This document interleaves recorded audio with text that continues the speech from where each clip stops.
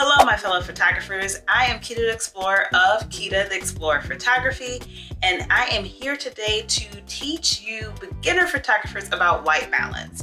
So make sure you stay tuned to the end because I'm going to go over a review of the other camera settings you need to know very quickly, give you a demonstration of white balance, and then tell you the definition of white balance. So now let's get into today's video. Before you do, make sure you hit the subscribe button and the notification bell so you'll be notified when all of my photography tutorials come out for you. Now let's get into this video. All right, so photographers, I am in a different space today. I'm not in my photography studio because one, I wanted to change the scenery and I wanted to bring the Teddy to the photo session for the demonstration today, which you'll see here in just a moment. But first, let's go over quickly the camera settings that you have learned in prior videos that I hope you've been practicing to keep in mind as you add in this white balance setting. So first of all, ISO. ISO is your camera's sensitivity to light. So the higher the ISO number, the brighter your photo is going to be, but also make sure it doesn't get too high or your photo can get grainy. Next up is aperture. Aperture is the hole that that light passes through to your camera, and also it is the focal length for your camera. So the bigger that aperture number, the less light that is coming through that hole, means the darker your photo, but the more things in your photo will be in focus. But the smaller that number means, hey, if it's on 1.8, I'm probably the main focal point and something back there is not going to be in focus. And lastly, your shutter speed. Your shutter speed is your exposure time.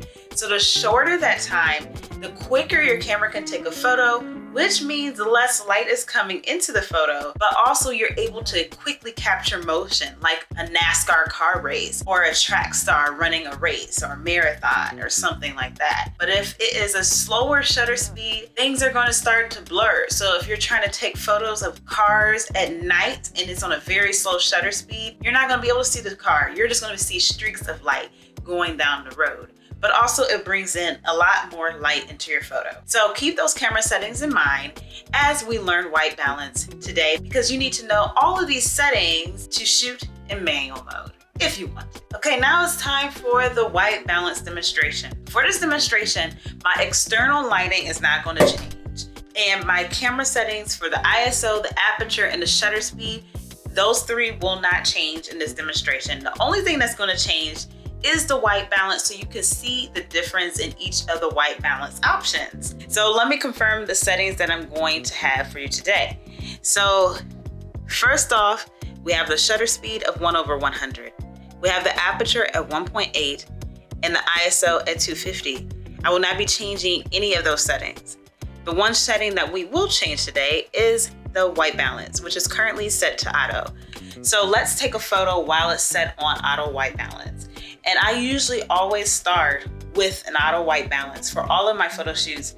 Rarely do not change it unless I'm doing landscape photography and want to do something more artistic, then I may change the white balance.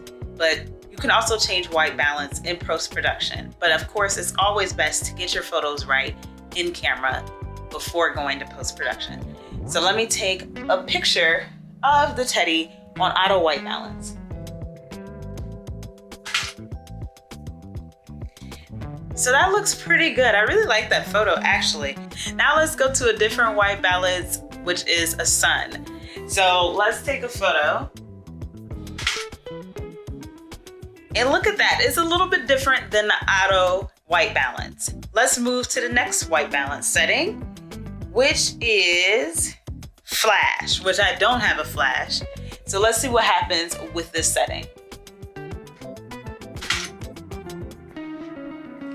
It looks slightly different than the sun setting and definitely different from the auto white balance setting. So now let's head over to cloudy, which, I mean, we're inside, so it's not gonna be cloudy. So let's see what happens.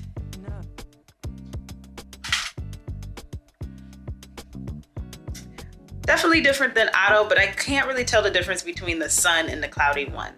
So let's move to another white balance setting. This one is shade. So you would still be outside when you use this, but you're shaded like a building's next to you, blocking the sun. So let's see what happens. Do you see a theme with each of these photos? It looks like most of them are giving a little bit more yellow tint when it's outside. So let's move to the next setting. This one is some type of light bulb. I can't really tell what it is, if it's LED or not. So maybe it's you know what? It's an incandescent light bulb based on the picture. So let's take a photo. Now with this one, it looks a little bit bluer, like cooler. Now let's go to the last white balance setting of fluorescent.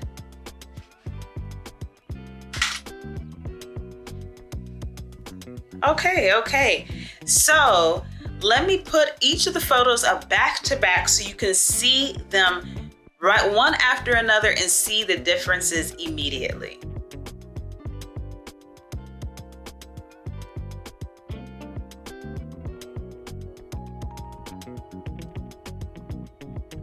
So what exactly is white balance? White balance is the process of removing unrealistic color casts. So if the object appears white to you in person by your eyes, it also appears white to you in the camera. So with white balance, you're adjusting that temperature. So if the temperature needs to be warmer because it's giving too much blue, then the camera can adjust to that, and vice versa. So that's why it's nice when it's on auto, because then the camera can kind of pick up exactly what temperature the photo needs to be. For example, you may be photographing someone who has a lot of melanin in their skin. Obviously, a brown skin person as myself, outside. Typically, when you photograph brown skin people outside with a lot of melanin, they tend to get orangey in color, especially when the sun is very bright outside. So with that, obviously you can keep it on auto, but auto usually isn't always the best. You may want to turn it to a different white balance so you can get a cooler setting for your photo. So that is why it's important to know white balance, so you make sure when you're taking photos of people or taking photos of yourself, your family, whatever it is, that they come out the color that you expect them to come out as and they expect to come out as. Now, of course, if you're doing something more artistic, yes, change the white balance as you please. Of course, you can always adjust the white balance to see how you think it will look and to see if you enjoy it. All right, my fellow photographers, that is the end of the white balance demonstration and explanation of white balance. As always, please go out and practice. You cannot just watch a video and understand white balance, aperture, ISO, or shutter speed and learn how to shoot manual mode if you do not pick up your camera.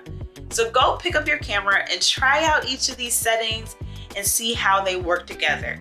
Now, obviously, you may have to play around with the ISO, aperture, or shutter speed to get your lighting and other settings correct, which you can watch in the other videos that are linked below.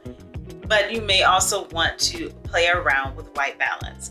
So thank you so much for watching. If you enjoyed this video, make sure you hit that like button. Please don't forget to subscribe and hit the notification bell. It is free for you to do so and helps me provide more and better content to you in the future. And if you're already a subscriber, thank you so much. I truly appreciate it. If you have any questions or comments about this video, or if you have a topic suggestion to help you learn more photography as a beginner photographer, leave that down below in the comment box. Make sure you share this video with your friends, family, and social media networks. And if you would love to support my photography business, you can always buy a print to decorate your space from KitaTheExplorer.darkroom.com, which will also be linked below. Thank you so much for watching. Have a great day or night wherever in the world you are. Bye.